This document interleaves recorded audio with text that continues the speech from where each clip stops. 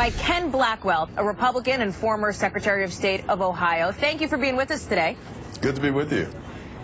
So let's start off with this new poll that we referenced earlier in the show. It's out just this last hour from NBC News and the Wall Street Journal, saying more than 2/3 of people have concerns about Donald Trump's language towards women, towards immigrants, towards Muslim. Isn't Trump's rhetoric costing him votes? Well, look, I think first, Donald Trump has started to engage with those voter groups that are important to his victory this November. His language is his. He is not going to change his language patterns just to fit in. So we ought to get over that.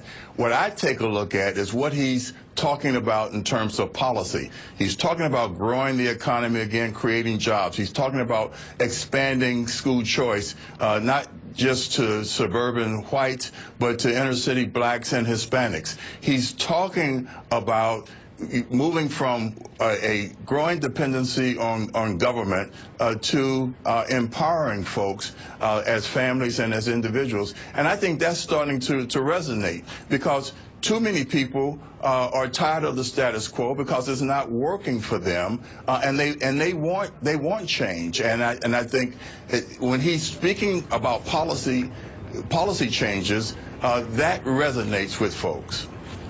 Let me follow up here, Ken, on two things you just said. One, you said we ought to get over that regarding some of the language that Donald Trump uses. Well, today, let me play you what he said about members of the African American community. Listen.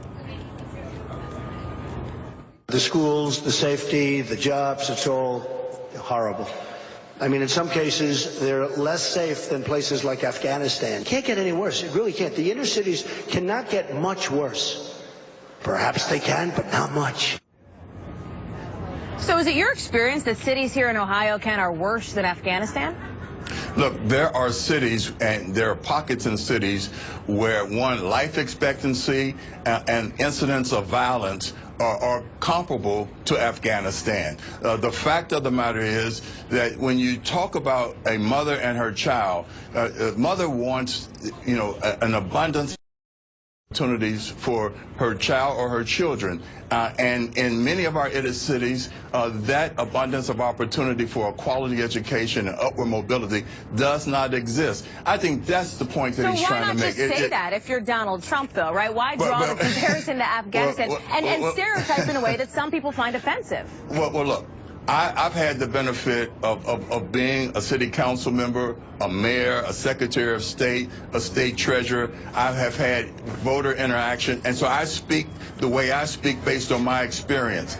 As I said before, I think Donald Trump is speaking the way that he speaks from his experience, and that's why I look at his policies and his behavior. I look around, and he has provided opportunities for Hispanics, for blacks, for women.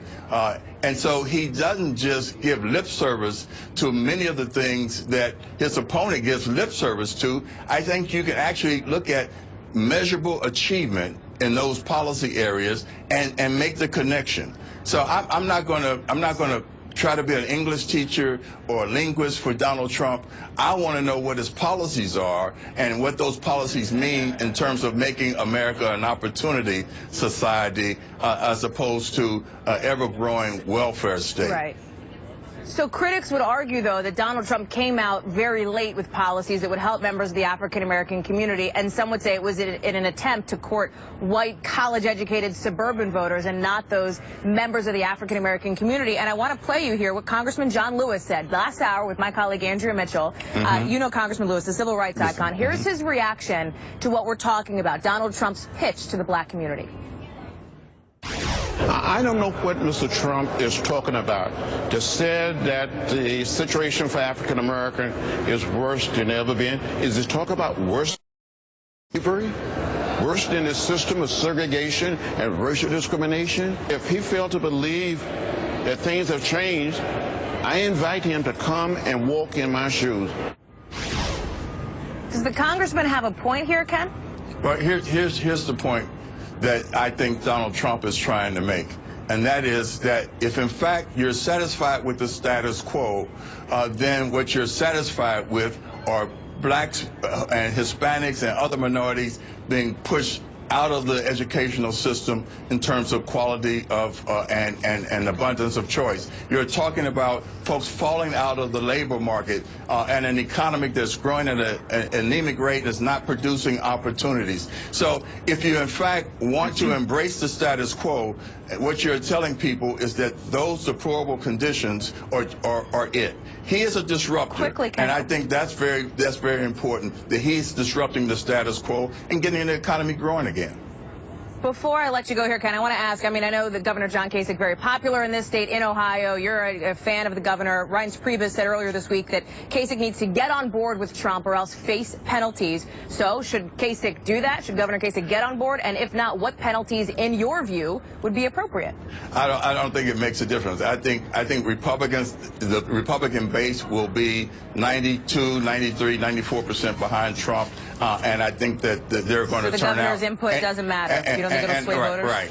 And I think what's going to happen is that he's going to get a crossover of blue-collar white, gun-owning, church-going whites who have behaviorally have been Democrats to come over to his side of the aisle.